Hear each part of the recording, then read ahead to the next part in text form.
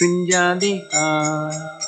Jaya Radha Madhava Kunjabihari. Jaya Radha Madhava Kunjabihari. Gopijana Vallabha Girivardhari. Gopijana Vallabha Girivardhari. Gopijana Vallabha Girivardhari. Gopijana Vallabha Girivardhari. Jasodhanandana Brajajanaranjana. Jasodhanandana Brajajanaranjana. Jamuna Tiravana Chadi. Jamuna Tiravana Chadi. Jaya Radha Madhava Kunjabihari. Radha Madhava Kunjabihari. Jaya Radha Madhava Kunjabihari. Radha Madhava Kunjabihari.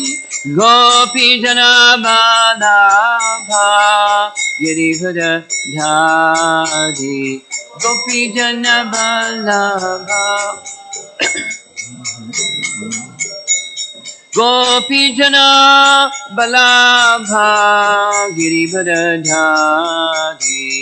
Gopijana Vallabha Girivardhari. Jasodhanandana Brajajanaranjana.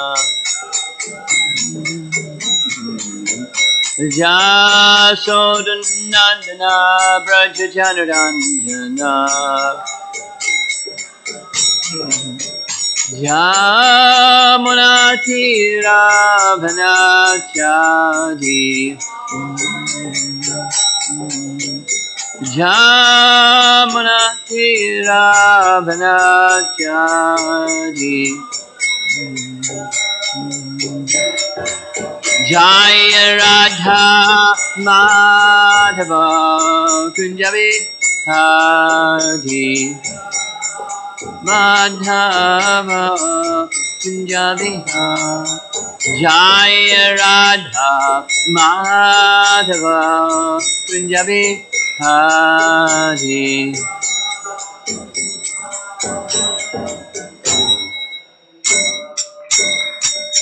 Jaya Vishwanath Paramahamsa Hari Vedikacharya Astatara Satasi Srimad His Divine Grace A.C. Bhaktivedanta Swami Srila Prabhupada Ki Ananta Koti Vaishnavrinda Ki Grantaraj Srimad Bhagavatam Ki Gaur Premanandi.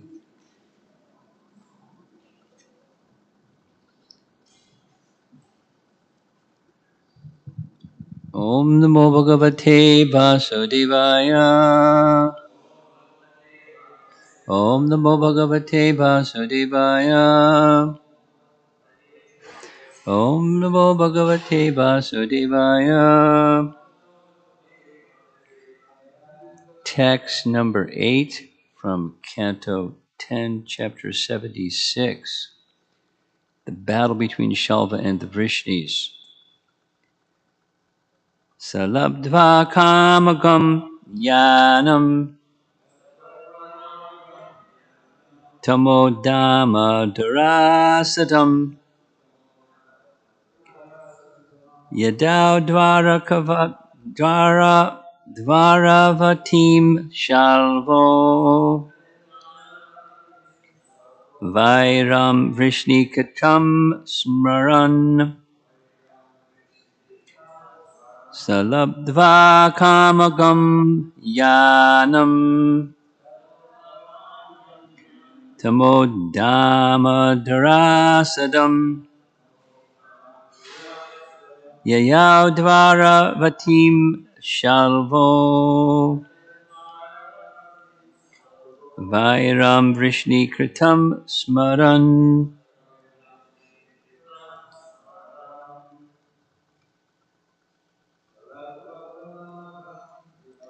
Salabdva Kamam Yamnam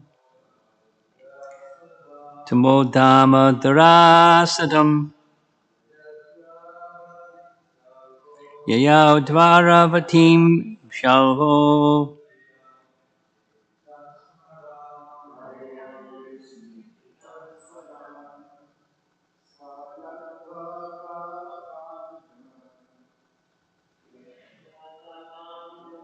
Yanam Tamodama Darasadam Yayaudvaravatim Shalvo Vairam Vrishni Kritam Smaran Salabdva Kamagam Syanam Tamodama Darasadam Yayaudvaravatim Shalvo Vairam Vrishni Kritam Smaran Salabdva Kamagam Yanam Tamodama Darasadam Yayaudvara Vatim Shalvo Vairam Vrishni Kritam Smaran Saha He Labdva obtaining Kama Gum moved at his will Yanam the vehicle Tamaha of darkness Dhamma abode Darasadam unapproachable Yayao went Dwaravatim to Dwaraka Shalvaha Shalva Vairam enmity Vrishnikritam shown by the Vrishnis Smaran remembering. Now there's a whole series of verses with no purport, so I'm just going to read the verses. This unassailable ship was filled with darkness and could go anywhere. Upon obtaining its Shalva went to Dwaraka, remembering the Vrishni's enmity toward him. Text 9 through 11. Shalva besieged the city with a large army, O best of the Bharatas, decimating the outlying parks and gardens, the mansions, along with their observatories, towering gateways, and surrounding walls, and also the public recreational areas. From his excellent airship, he threw down a torrent of weapons, including stones, tree trunks, thunderbolts, snakes, and hailstones. A fierce whirlwind arose and blanketed all directions with dust.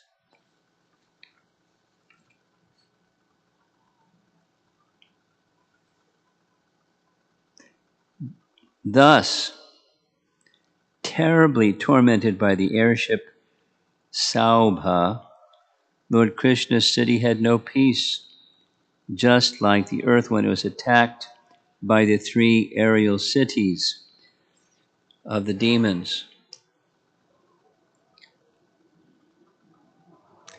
And that's it. No purports.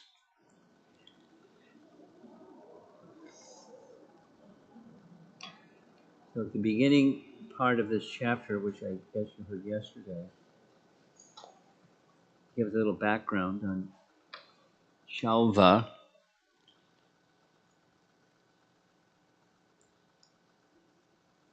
Shelva's in a get-back mood.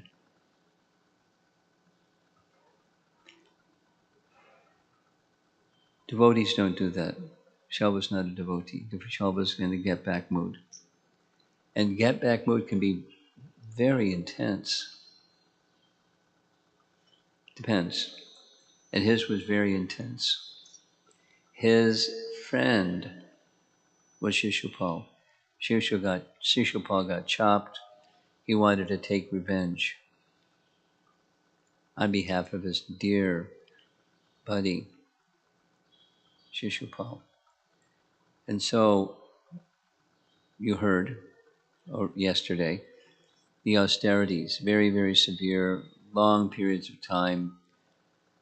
He, Shelva, wanted a benediction, and he got it. He got this aerial conveyance. He was very, very clever, because he asked for, like demons sometimes do, he asked for immortality. He was told, I can't give you immortality. I'm not immortal. I can't give you something that's not in my power. And so he wanted what he wanted, this aerial flying city with this quality, that quality, the other quality, the other quality, the other quality, invincible almost. And he could use it as he wanted. It's a little bit like Kubera's conveyance that Ravana secured after defeating his brother, because Kubera was born from the same father, so they're brothers. This Pushpaka Vimana. So this is different. This is Saubha. But it's similar. It just doesn't have a steering mechanism. It's just by mind it moves, and it could go anywhere. And nearly invincible. It couldn't be defeated by this, that, and the other, and the other, and the other, but it was defeated, obviously, eventually.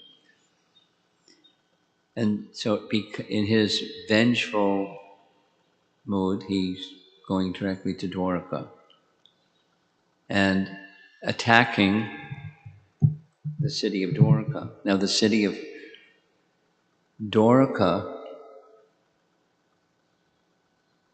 was constructed by Vishwakarma, and the Saubha was constructed by Mayadanava, right? So, flying city, another abode of Dwarka being attacked by the Saubha vehicle, sending this weapon, that weapon, that weapon. Big dust storm.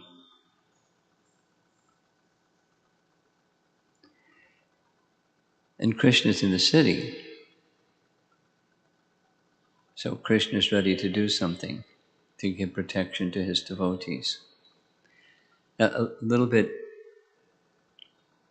the city of Dwarka, while it was manifest and then by Krishna's will unmanifest, Dwarka is eternal.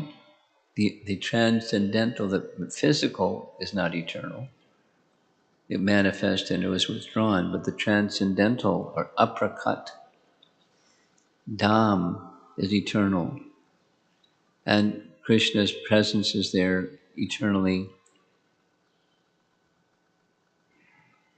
Like there's a nice description.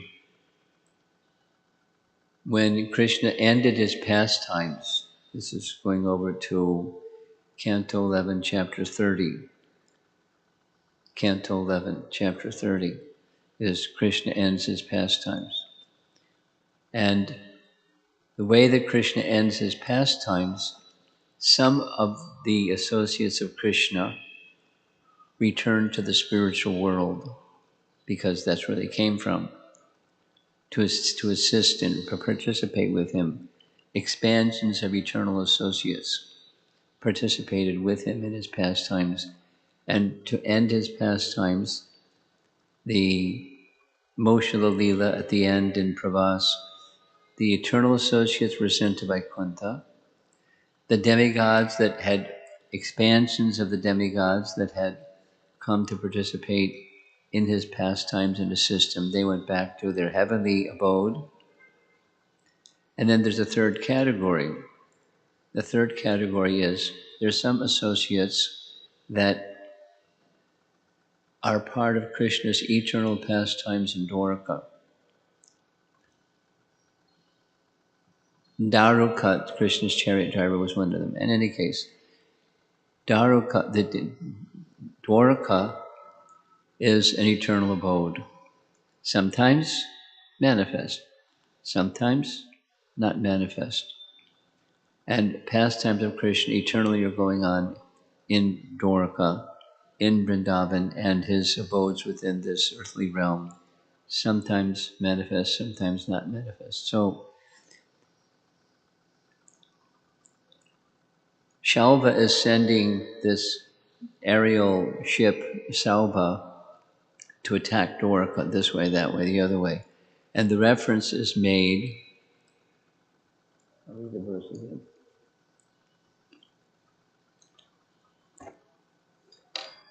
Text 12. Thus, terribly tormented by the airship Saubha, Lord Krishna's city had no peace, O king, just like the earth when it was attacked by the three aerial cities of the demons. So the three aerial cities of the demons. The Sanskrit is Tripurena, the three aerial cities of the demons. So I'm not so familiar with that, so I had to look it up and found there's Lord Shiva. One of the names of Lord Shiva is Tripurari. And Tripurari destroyed the Tripurasura. The Tripurasura, there's three demons. And the three demons, they were sons of Tarakasura. And Tarakasura, his three sons, developed enmity towards Krishna. And they underwent austerities similar, like extreme austerities. And then again, Brahma came, what would you like? What boon would you like?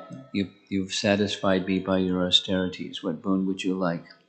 So they asked for something very complicated.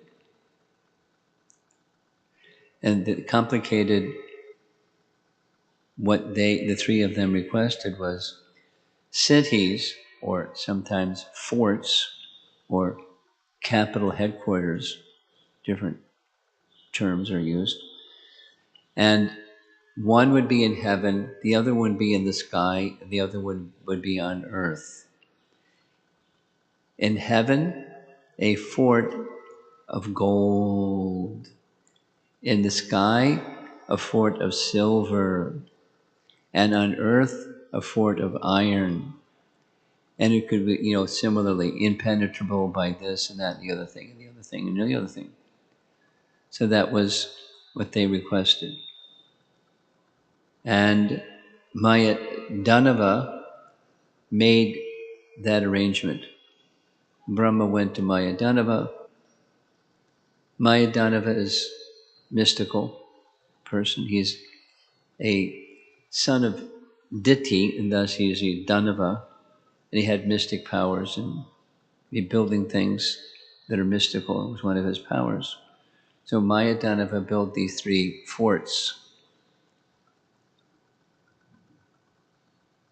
I don't know the Sanskrit word because it's described, the reference to this goes to one portion of the Vedas, Shukla portion of the Vedas, and then little is mentioned, and then in the Puranas and Itihasas, details are mentioned. So there's these three forts, and from these three forts in heaven, the sky, and the earth, they would send forth their armies and harass people. These Tripura Suras, three demons, and they harassed and they harassed and they harassed. And when they harassed, they wanted some relief, the people that were being harassed. So they went to Lord Shiva saying, help. And he said, I can't help because I'm the one that gave them the benediction for these cities. And so they went to Vishnu. And Vishnu, then it becomes, more complicated, very Puranic-like complicated. Vishnu did what was necessary so that the demons could be defeated. And that the demons could be defeated by some very special weapon. So the comparison is being made, just like the earth was being harassed by Tripurasura, the three demons, from their three cities or forts that sent forth soldiers and harassed the earthly planet. So they were defeated by the arrangement of Lord Vishnu. So now here we are with Shalva being compared to what he was doing is what these three demons were doing, and their armies from three different forts that were gained as a result of severe austerities. Very similar storyline, different personalities involved, but very similar storyline. And so the rest of what follows is, what is Krishna going to do to protect the citizens of Dwarka from Shalva? Now, obviously, none of this happens without the sanction of the personality of Godhead. It's not like he was willing the citizens of Dwarka to be harassed, but naturally when they're harassed, they're going to take shelter of Krishna more intensely than they're already taking shelter of Krishna. So there's that facility. It's a simple asura, and the asuras can't act against the devotees without Krishna's sanction. But why would Krishna sanction harassment of the devotees by asuras? And one answer is so that they will take deeper shelter of Krishna. So it looks like trouble or misfortune, but misfortune has its silver lining. And proper response to misfortune is taking deeper shelter of Krishna. This theme comes again and again and again. A very well-known one, common one, is Kunti's and the Pandavas, and misfortune after misfortune after misfortune. And how can misfortune come? Krishna's sanction. Why would Krishna sanction misfortune? Because the Pandavas are so dear and so forth and so on. Why would Krishna let his dear devotees undergo misfortune and attempted murder and so many things? Prahlad Maharaj. So in order to increase or intensify their shelter taking. Now that's for pure devotees, and then there's worldly people, and then we're somewhere in between. So the somewhere in between folks, that's us, it's an opportunity. It's just a little philosophy. This is from Madhurya Kandambani. Bhakti, even Abbas Bhakti, has the power of eradication of prarabdha karma, means karma that's happening now, not karma that's stored and may happen later. But bhakti has the power. So when misfortune comes to a devotee, it's not karma fructifying. Devotees may think like that, and that's okay. Devotees can think like that. But philosophically, it's not due to past bad activity. It's rather, that's because that's been destroyed by even Abbas Bhakti. Then what is it? It's an opportunity given by Krishna to take deeper shelter of him. At least philosophically, now how one responds is another thing. But the principle is Krishna, it's the internal potency is at work, even in Abbas Bhakti, and the internal potency facilitates taking deeper shelter of Krishna. And then we'll go way up to the, the scene here, or the Pandavas and Kunti. They embrace, they welcome, they, according to Brihat Bhagavatamrita, they plan what's the best next calamity for us, because Krishna will come and rescue us. So the intimacy of a loving relationship with Krishna is beyond our boundary of experience. But at least in the practice, sadhana stage of bhakti, we should philosophically know that misfortune is an opportunity to take deeper shelter. However it comes out, however over a course of time misfortune plays out. We all probably know devotees. I know some, amazing examples of devotees that have one misfortune after the next misfortune after the next misfortune. Tough. No, being empathetic, and yet it happens again, and it happens again, and it happens again, and it happens again, and it happens again, and it happens again, and it happens again. Wow.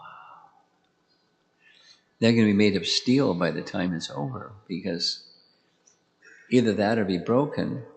But the teaching that Prabhupada has given us is, when Krishna puts a devotee through a test, he never puts the devotee through a test that they can't pass. He's always there to rescue the devotee. I'll say it again. There's never any misfortune or difficult situation that Krishna sanctions his devotee to go through that the devotee can't handle it. Now, there are examples in Scripture of devotees enduring hardship after hardship after hardship and contemplating the worst, like termination. And Krishna intercedes. Generally speaking, Krishna intercedes. He doesn't permit that choice. I mean, not that he doesn't permit that choice. He changes the circumstance so that that choice is no longer needed.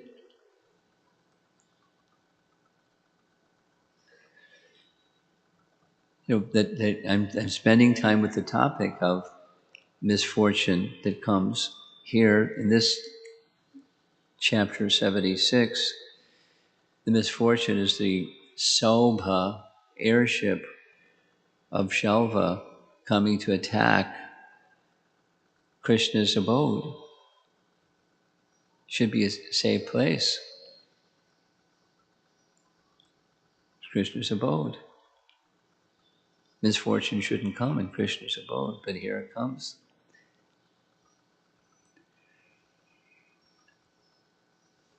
So Krishna takes the opportunity to deal with Shalva.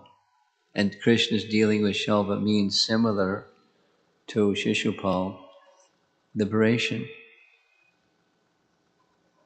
So it's the good fortune for Shalva and good fortune for Shishupal, good fortune for anyone that Krishna is the object, even if the mood towards Krishna is not nice or worse. In the case of Shishupal, he was just insulting. In the case of Shalva, it's kill.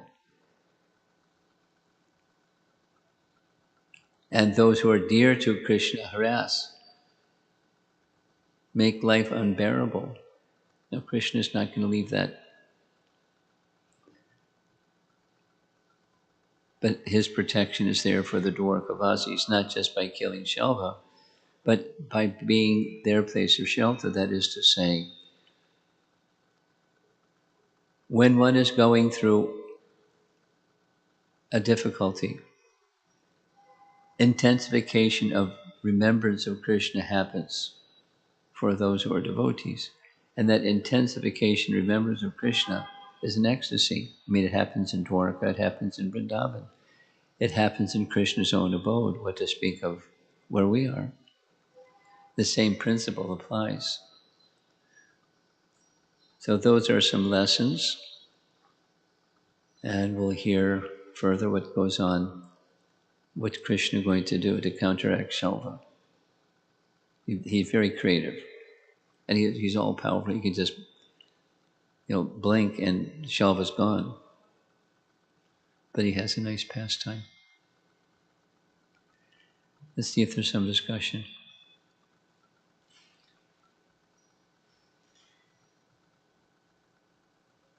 Yeah. Thank you, Srila Swami. I have a couple of questions.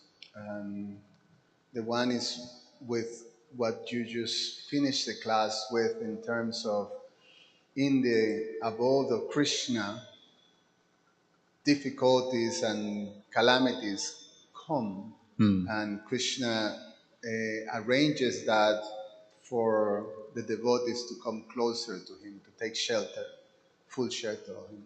Now, I run the parallel to remembering you once mentioned of the ISKCON institution is a branch of the Chaitanya tree, so it's a transcendental body.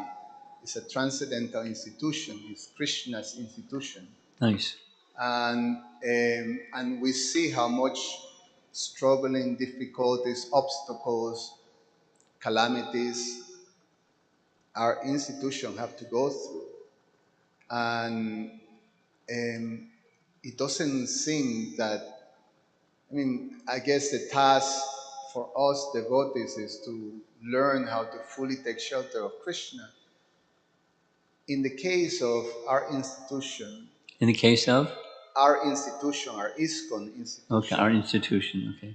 How can we practically manifest that taking shelter of Krishna to create the changes or to be able to manifest that glorious institution? Well, how to can have many channels, many avenues, many paths. For example, you're saying how to have massive kirtan. Another, devotees come together from time to time when there is some danger, and they worship Lord Nrsimhadev, Ugram Vira Mahavishnu, etc., etc. Appeal for prayer, individual or collective. Just like, for example, when Prabhupada was ill, our dear Lord Krishna, if you so desire, there was a prayer that we were encouraged to recite, and we did. Now, hit the body of even a pure devotee is perishable.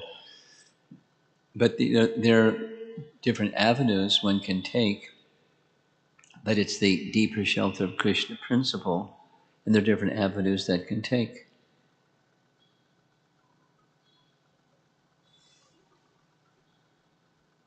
Step back, here's another one, step back and recognize my inability to handle this circumstance has to do with my paucity of Krishna bhakti. Let me work on strengthening the foundation of my Krishna bhakti. So that's the going forward kind of what to do.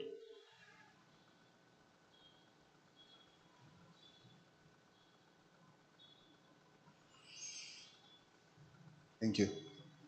And the second question have to do with dharma, the arrangement of dharma that is in the creation, and we see the application of that dharma sometimes have questionable in terms of the ethics.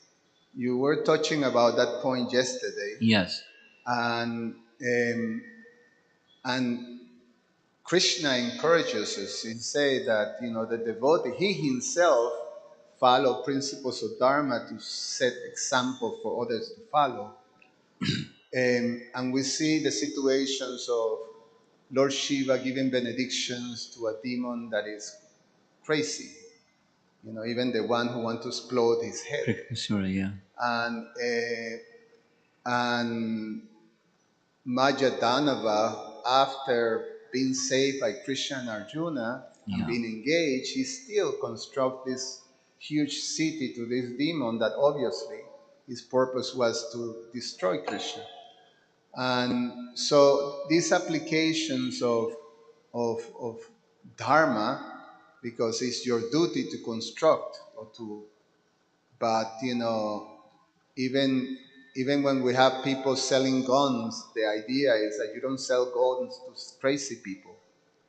Although that's questionable here, but so this application of dharma that brings questions to the ethical choice is something that is confusing at times. So how do we understand um, this situation? Even grandfather Bhishma, the emblem of one of the 12 Mahajans, in making choices that have questions about the ethical choice.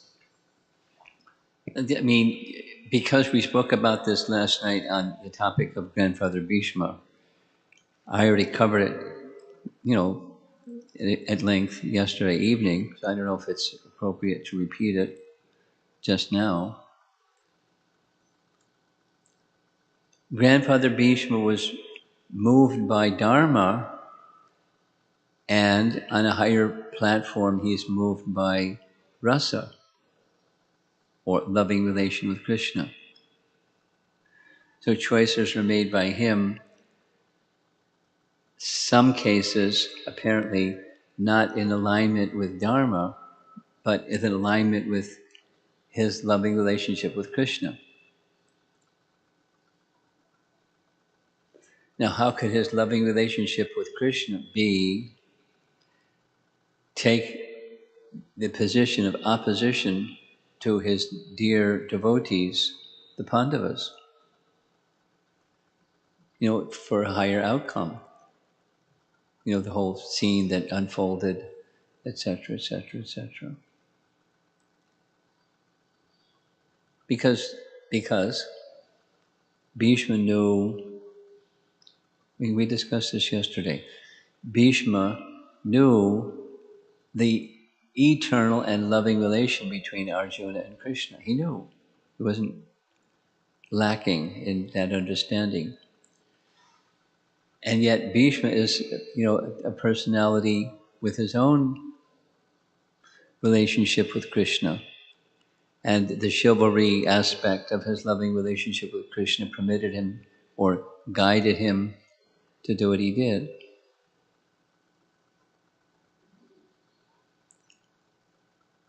Then comes, many other things. There's many other, like, for example, one of the many other things is Ramachandra accepting only one wife and Krishna having 16,000. And not only 16,000 wives, but prior to that, paramours. So that's not something Ramachandra would do, the abiding by Dharma for worldly people. But Krishna was exhibiting pastimes like lifting of Govardhan Hill, etc., to indicate he's not within the boundaries of human capacity or human dharma. Rather, he is exhibiting something else. He's exhibiting that all of the gopis were expansions of Radharani, and Radharani is his eternal consort, and he was simply associating with his own Shaktis. So it's another paradharma dimension. Worldly people criticize. How can Krishna do like this? Therefore, he's, given bad names without understanding him. So, Krishna's transgression of dharma, Krishna's instructing you to lie, etc., etc., etc. How can the Supreme Personality, this is a bad example. And ordinary people are going to follow bad examples. They're going to follow examples, bad ones especially. I feel justified to do bad stuff because. So he was teaching from another platform. And how is Krishna's, back to your question, how is the apparent discrepancy of dharma to be understood? It requires bhakti to understand the apparent discrepancy of dharma in Krishna's conduct. And without bhakti, then one isn't going to get the right picture. And somebody may say, oh, how convenient. That was the example yesterday, whitewash. Just get out your bucket of whitewash and whitewash it, and it's Krishna's Leela. And people don't like that, the whitewash program. We don't like that either.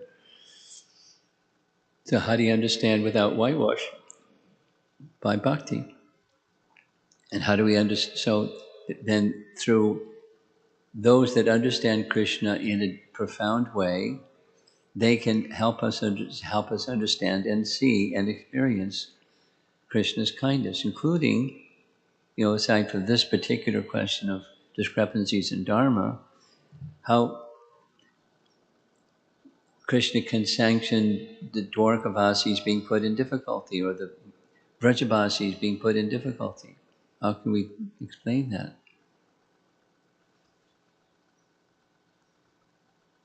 By understanding through bhakti we can understand. He sanctions because it gives an opportunity for the residents of Dwarka or Vrindavan to intensify their shelter taking. Even not sadhakas, but perfected souls can increase their shelter taking. Oh, Krishna.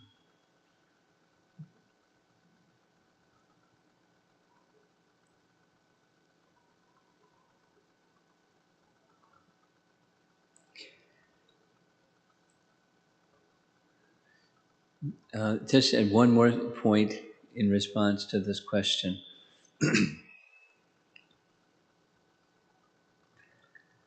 During our Memorial Day weekend retreat, Radhika Raman was one of the speakers. And he loves Srimad Bhagavatam so much. And the second of his two classes I've watched 5 times. Because he addresses your question this way. I mean, in a different way. So rather than going through it, I invite you, if you want, you can listen to that recording.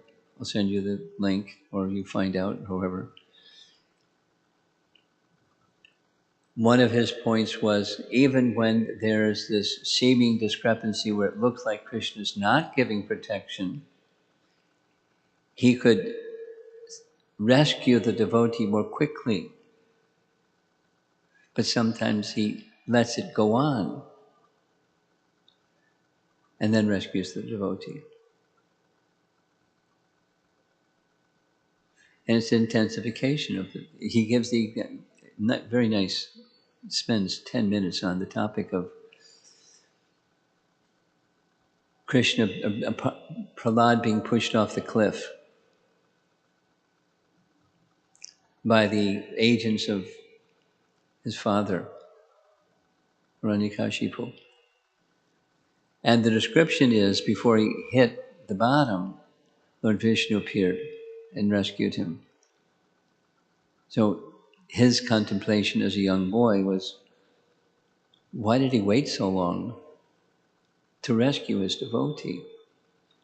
He could have caught him halfway, or he could have caught him right after he got pushed, or he could even have just like pushed the agents of Hiranyakashipu off the cliff and let Prahlad stand at the top of the cliff.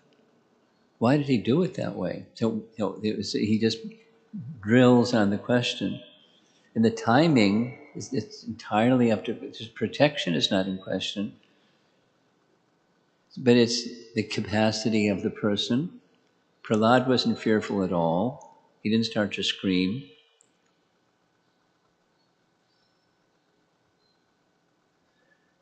It's just an intensification. It's a display of love.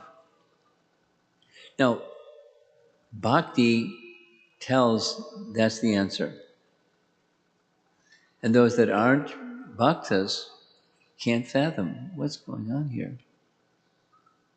All right, Krishna is all powerful. Rescue your devotee more quickly, please. Or why even put them through that hardship? You know, and so on.